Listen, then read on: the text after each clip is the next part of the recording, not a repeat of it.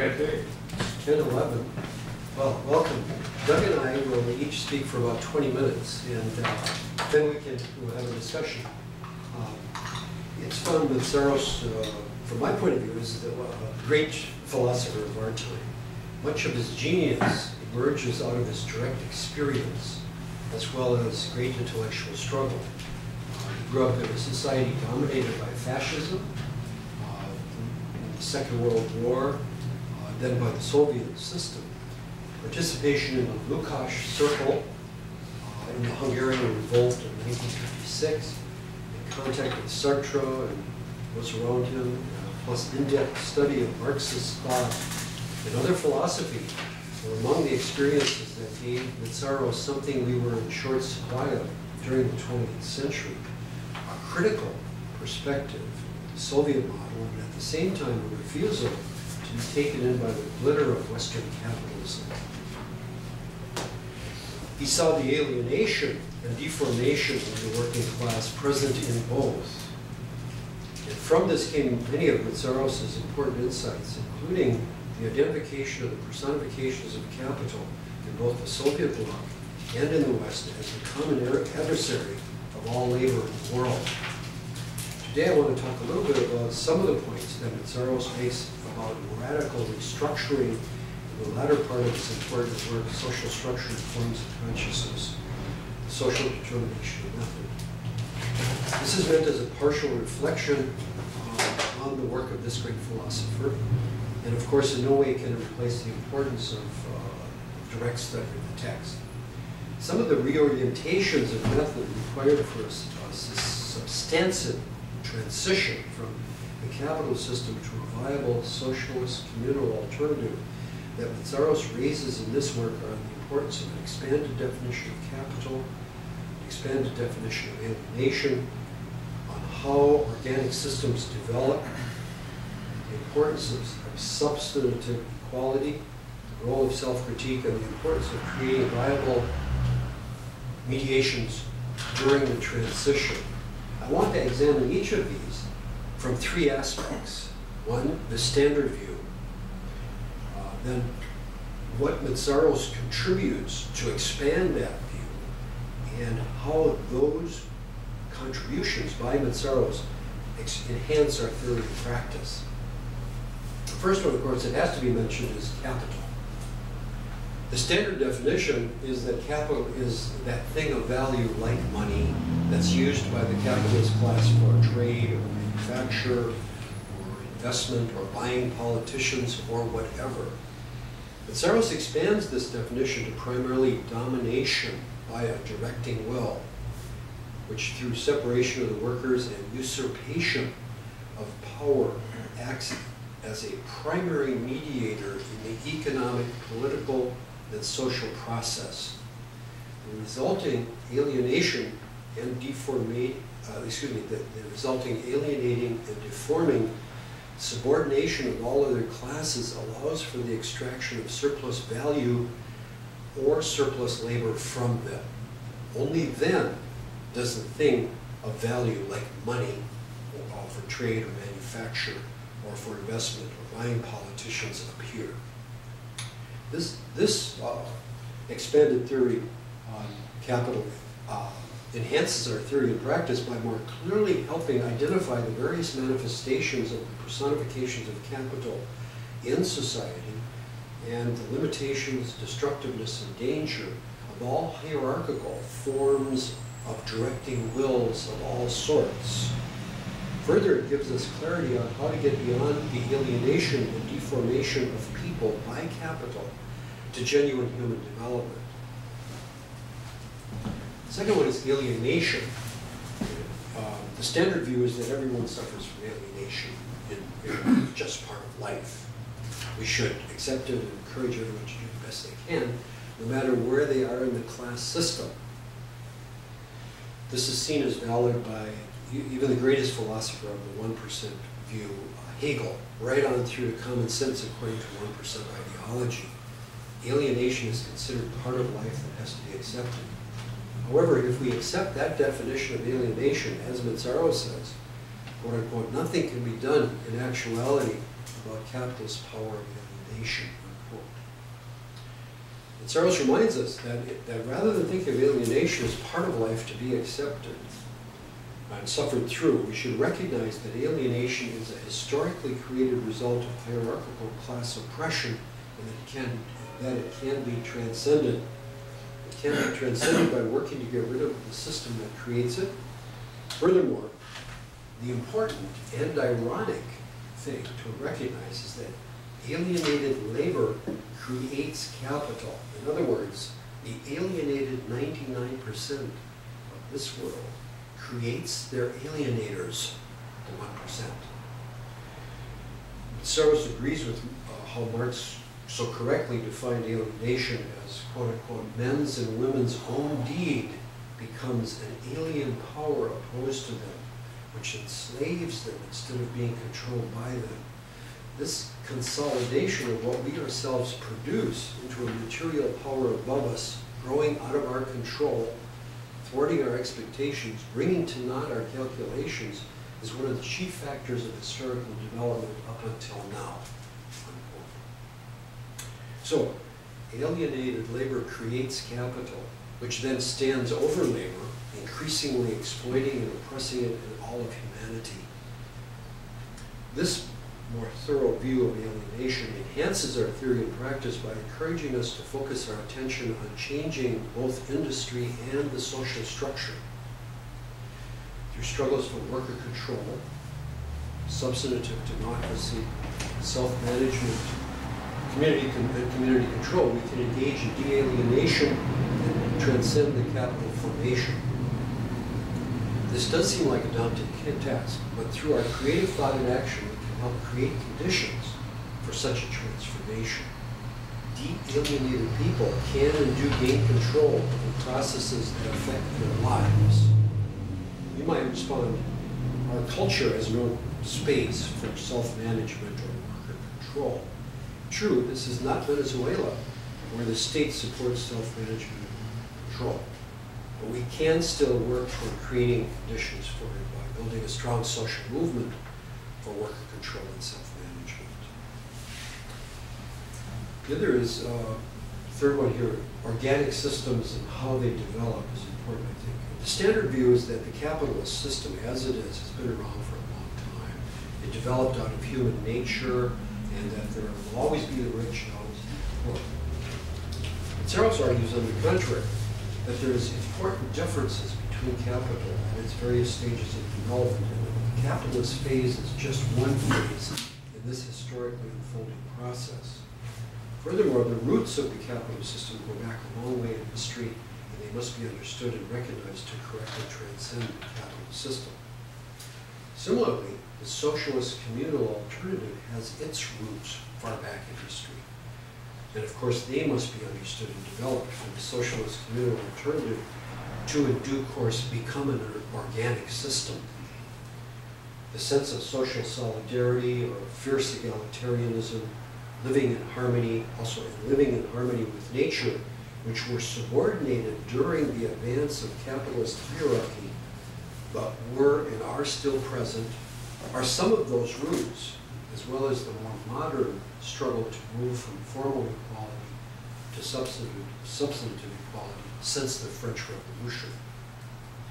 This enhances our theory and practice by recognizing that through the reassertion of these communal traditions, we can move beyond the antagonistic capital formation to a viable socialist communal alternative.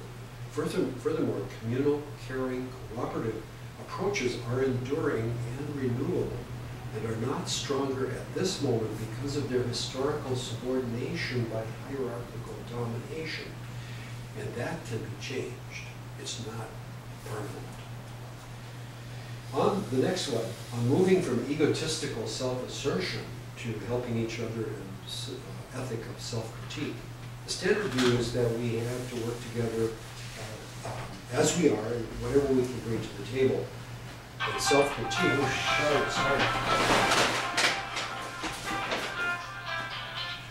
self-critique was tried in the 1960s and was a failure. Meszaros brings an important different view of this struggle. For example, he contends that within a system like capital that features, quote, subordination of use value or usefulness to profitable exchange value, a market of adversarial, irrational interchanges, post festum or pseudo-planning, and war and repression on an international level. Conscious self-critique and an ethic of helping each other is impossible. On the other hand, within a socialist communal system which features self-determination, the exchange of activities, not things, planned productive activity, and an equal sharing of skills and resources from the global to the local level, new possibilities can emerge. A new ethic, helping each other, wherein the individual and social aspects of the process can unfold and positively enhance each other. Self-critique as a consciously chosen act works. Come in.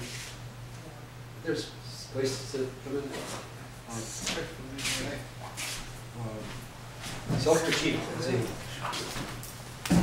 Watch for the camera. Please be very careful. Delicate.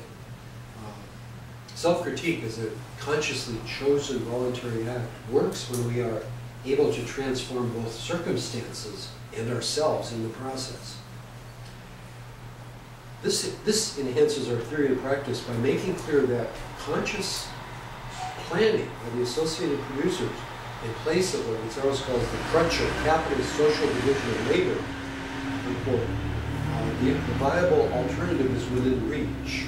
We can replace capitalist division of labor with an organization of labor with a commitment to an open-ended future. The next one is the transition from formal equality to substantive equality. The standard view is that formal equality, as we know, voting, these forms are adequate to solve the problems of our time. Meszaros argues for the replacement of formal equality by substantive equality. For example, productive activity within the socialist communal alternative would be very different from the alienating, hyper-productivist, fetishized work under capital. Above all, it would be self-determined productive activity from the outset, planned and coordinated by the associated producers ourselves. Substantive equality, he says, quote, would occupy a key position in the general categorical framework of labor's hegemonic alternative to the established societal reproductive order, where nearly all of the other orienting principles of socialist strategy can acquire their full meaning only in close conjunction with the requirements of substantive equality, unquote. This enhances our theory of practice in that it is obvious that this will be a real advance for the human community and our relations with nature. The last one is mediations. 3 features of mediations. The standard view is that the current daily exhibition of antagonistic mediations at every level of societal interaction is natural and intensified by poverty. There isn't much more we can do except add more locks to our doors, have more police, build gated communities, and buy guns. Meszaros argues, on the contrary, that the time has arrived for the development of a non-antagonistic way of mediating the social metabolism. And the only way, he says, this can be done is by establishing a socialist communal system in which the antagonistic contradictions of capital are consigned to the past. I think this enhances our theory of practice by showing us the importance of replacing each of the second-order mediations of the capital system with non-hierarchical, substantively equal, humanly controlled and rewarding, inclusive mediations, which will highlight the exchange of activities, not things, and wherein socially produced wealth can be shared globally on an equal basis. Now, mediations in the epoch of transition. This is an important point. We're theoretically, according to Meszaros, in this period right now, a period of transition.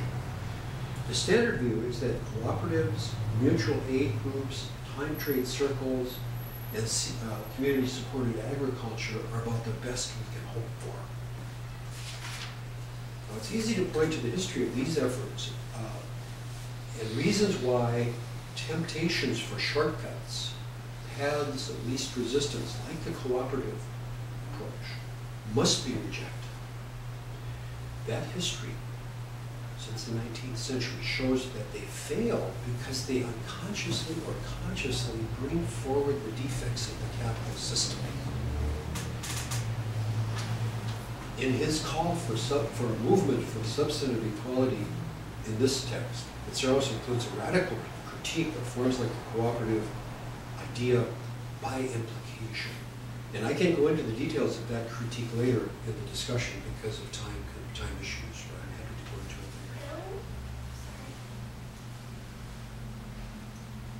later. Our theory and practice is enhanced here by focusing our attention on the action. Our theory and practice is enhanced here by focusing our attention and action on the difficult reality of all forms of capital domination and figuring out ways to transcend them, and then creating a viable and sustainable alternative. By doing so, we will be further ahead in the long run. The last one here is self-mediation. There's no standard view on it because this is a creation of Meszaros, the concept of self-mediation. And I'm going to quote at length from here because of its importance. He says, self-mediation, quote, the only viable and indefinitely sustainable alternative,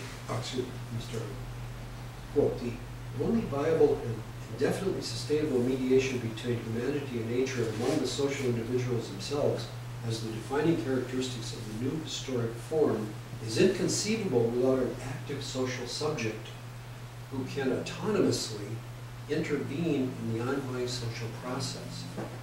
In this sense, mediation in question can acquire its proper meaning only if it is self-mediation of the social individuals who exercise a genuine control over the societal reproduction process as freely associated real subjects of their comprehensively planned action together with the practical details of its implementation.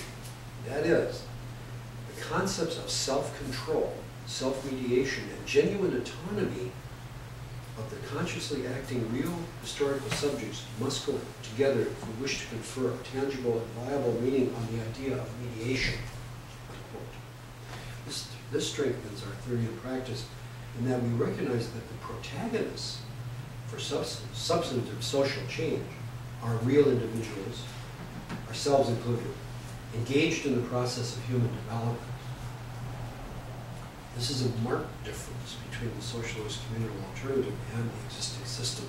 Meszaros says, again, I'll quote, the insurmountable problem for the established order is that only a real human subject with its genuine needs and corresponding values can offer a historically viable alternative to capital's fetishistic and destructive way of regulating the societal reproductive process. However, capital, as the commanding force of reproductive interchange, can never qualify for other than being a usurping subject, no matter how much it dominates through its objectively prevailing social imperatives, the social metabolic process. It is inevitably parasitic on labor, which is and must always remain the real productive subject, unquote. Okay, so in conclusion, given all that, in the situation we're actually in, it is appropriate, I think, to discuss the real steps we can take toward the socialist communal alternative right here and now.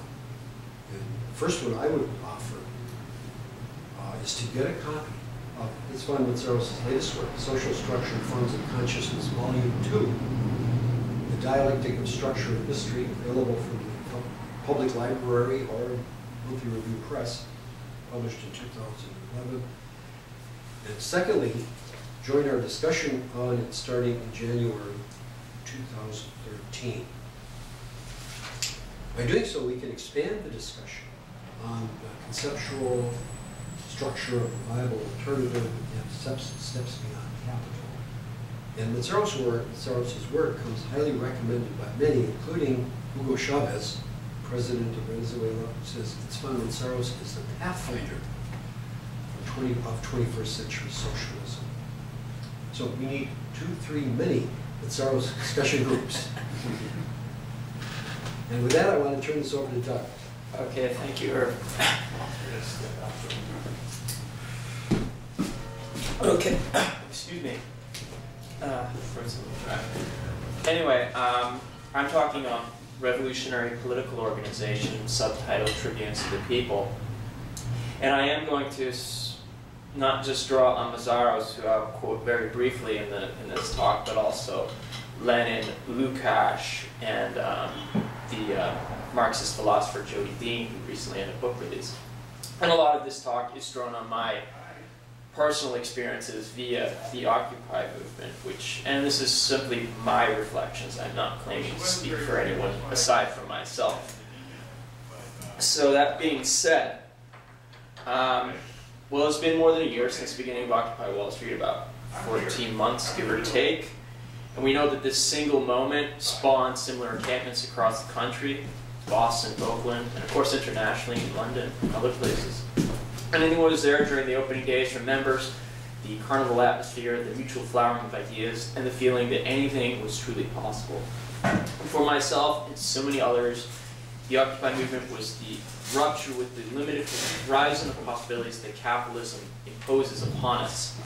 It was, in the words of Jean-Paul Sartre, the explosion of freedom, the rupture of the established order, and the invention of vivacious and spontaneous order.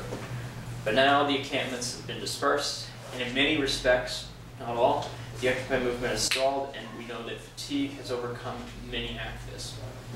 So in times when the horizon is not easily pointing to victory, how would we maintain our fidelity to the ideas of Occupy? It's here that I think we should ponder these words of Slavoj Žižek, of all people, a radical philosopher who spoke at a teach-in at Occupy Wall Street slightly more than a year ago. And I quote, "We have a nice time here, but remember, carnivals come cheap. What matters is the day after, when we'll have to return to our normal lives. Will there be any changes then? I don't want you to remember these days, like, oh, we were young and it was beautiful. Remember that our basic message is we are allowed to think about alternatives. If the taboo is broken, we do not live in the best of all possible worlds. But there is a long road ahead. There are truly difficult questions that confront us. We know what we do not want, but what do we want? What social organization can replace capitalism? What type of new leaders do we want?"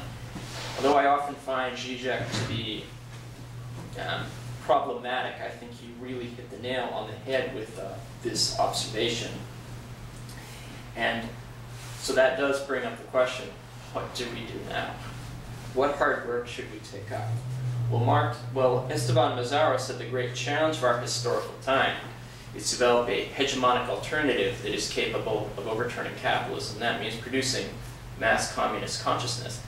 Now, many of the apologists for capital will say that this is premature, but we know that labor has often taken a defensive posture, which means explicitly or implicitly consenting to the established framework, even when it is no longer feasible.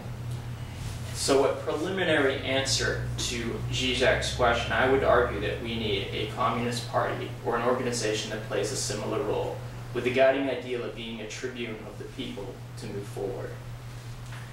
Now, capitalism could probably drive itself to destruction, but that doesn't mean it will be replaced necessarily, nor will opposition to its destructive tendencies lead to its replacement unless those who suffer its effects and who offer resistance to it are able and willing to subordinate their individual wills to that of a collective will that can bring real freedom into being. Now, a communist party or a similar organization acts as a mediator that draws together different sections of the working class and the oppressed, and forges a united opposition to its opponents, and draws them together and makes them conscious of the history of their struggle, and formulates the strategy and tactics that will serve its long-term interests, often in dialectical interaction, not with just the party teaching, but with also the party shutting up and listening. That being so, how does a communist party or a similar organization relate to Occupy? Well, Occupy was not just a place where you could have fun, celebrate, and listen to music. It certainly was all that. But it was an event that said, we won't accept the status quo and we'll do something about it. Answers to that certainly differed. It acknowledged, in granted differing and uneven ways, the failures of capitalism with slogans such as banks got bailed out, and the class struggle, 99-1%. Occupy also cut a hole in the ideological unity of capitalism, which was being propagated with this recession, saying that there was some kind of shared sacrifice, when that was a total lie. What we see is a new political subject coming forward. At Occupy, we saw people who were active, carrying out the day-to-day work of maintaining a camp, bringing in food, printing leaflets, and linking up with other struggles. Occupy is doing the work of a party or an organization on a certain level. It seeks to maintain a continuity of oppositional struggle that enables broader numbers of people to join in a movement. In so many ways, it builds collectivity. As we know, building this new collectivity is not something guaranteed. There's been a great deal of division in Occupy, which of course reflects those in the wider society, and we've seen it on issues such as race, gender, demands, etc., etc. There's also been the fragmentation of the movement in so many ways following the evictions of the encampments, which deprived the movement of the space where this new collectivity was being formed. And this movement has drifted apart in many directions, and I can mention two here. There's one I've been very critical of, and it's a form of lifestyle politics, which posits individualistic and moralistic solutions that I think in many respects can be elitist if taken as an end to themselves.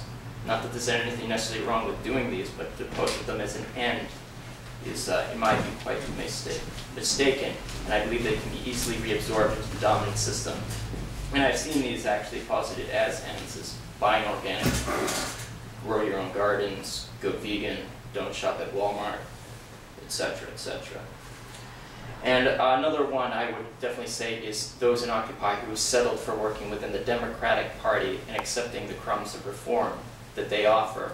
And we know that with the election of Obama, or the re-election, excuse me, Obama bombed Yemen in less than 24 hours after his re-election. So they're continuing to promise more war and, of course, more protection for big business. I go as far as to say that these two choices are what Alain Badiou would define as evil. Badiou says that evil is the moment I lack the strength to be true to the good that compels me. And if the good is to break from the system, to pose an alternative, then these do not head toward that end. Well, Occupy was the politicization of new subjects.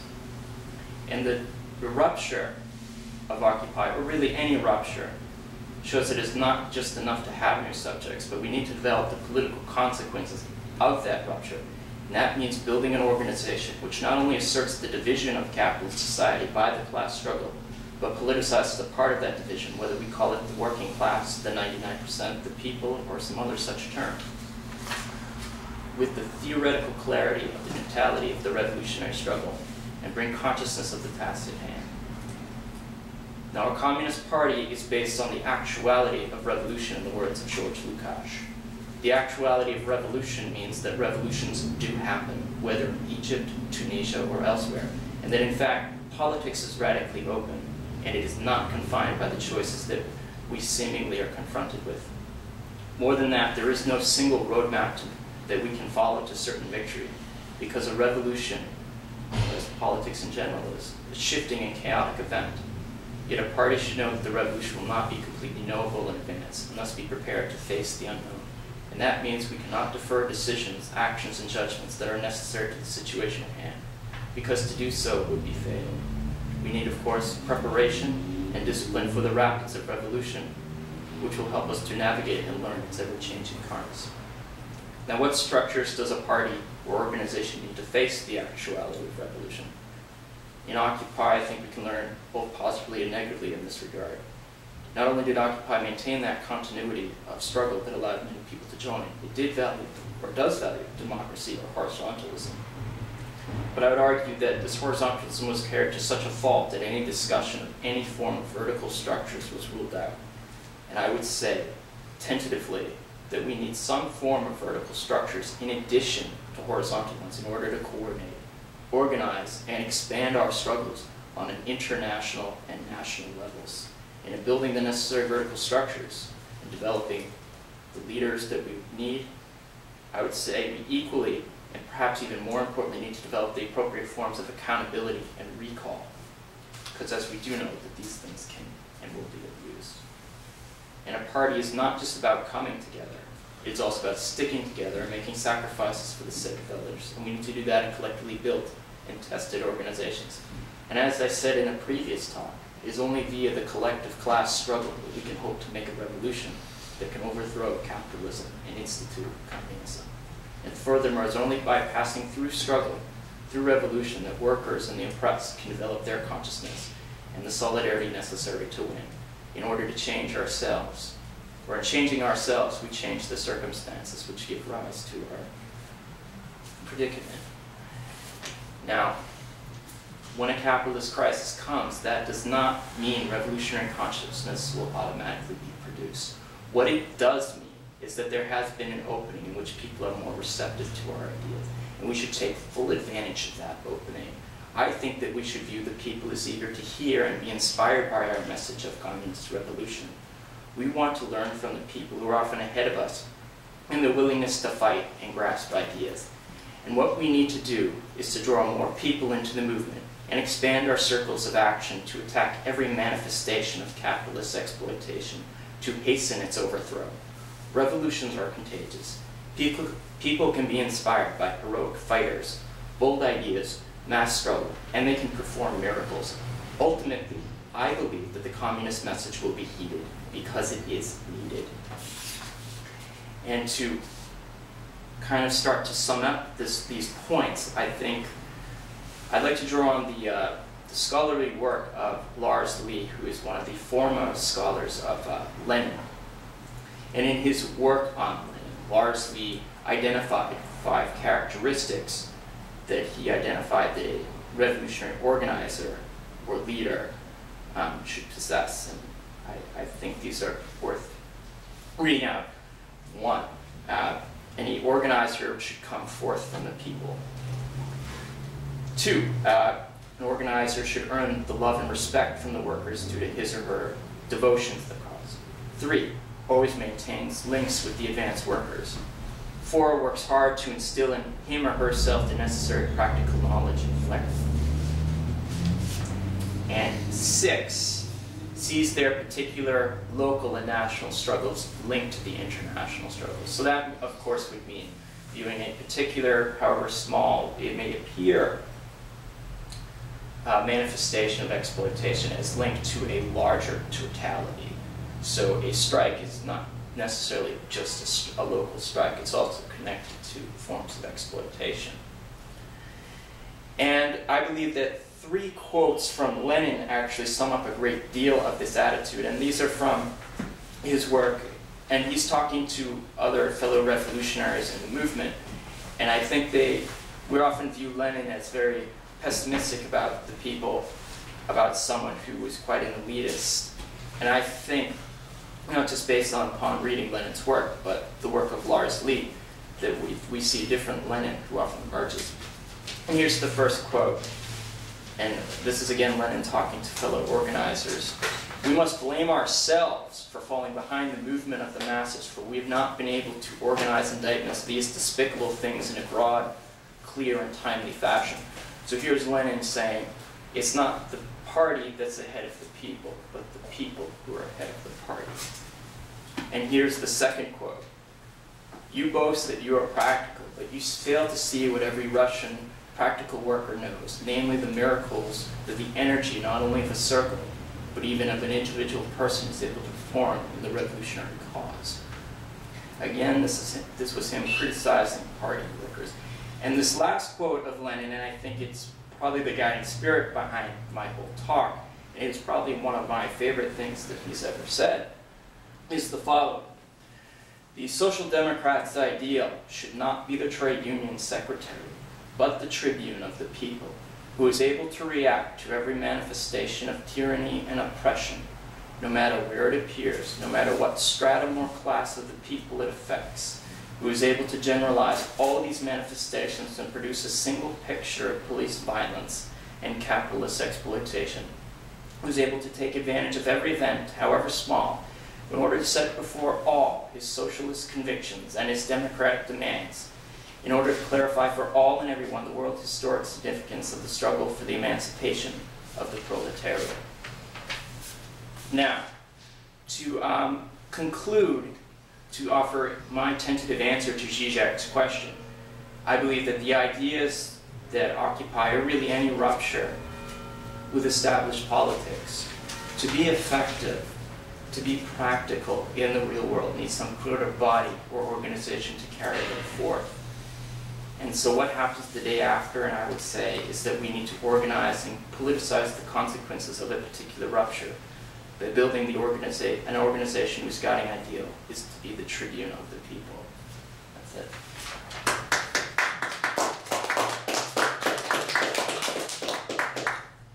Okay, thank you. Now this is a discussion now, so whoever, if you have questions or comments or whatever, now's the time to jump in and go forth. Not all at once.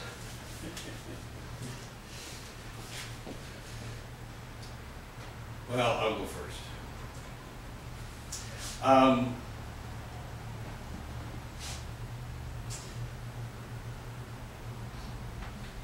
Of course, the thing that disturbed me the most was, I mean, for the most part, I agree with what Meszaros was proposing, and to a certain extent, I agree with what you were proposing too, but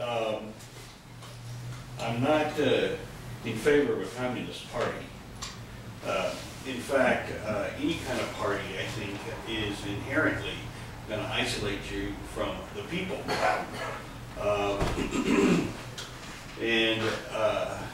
So the concern that I have is Meszaros looking at the current cooperative movement, or what might be considered an economic alternative movement, and saying that the problem is that it brings capitalist values into a socialist society, or into a socialist movement. And if that is the critique, then you could say that about any of the social movements for a better future, because we were born in capitalism and we are clearly going to be struggling with the domination of capitalism internally and externally for a long time. So to critique any particular movement is saying that it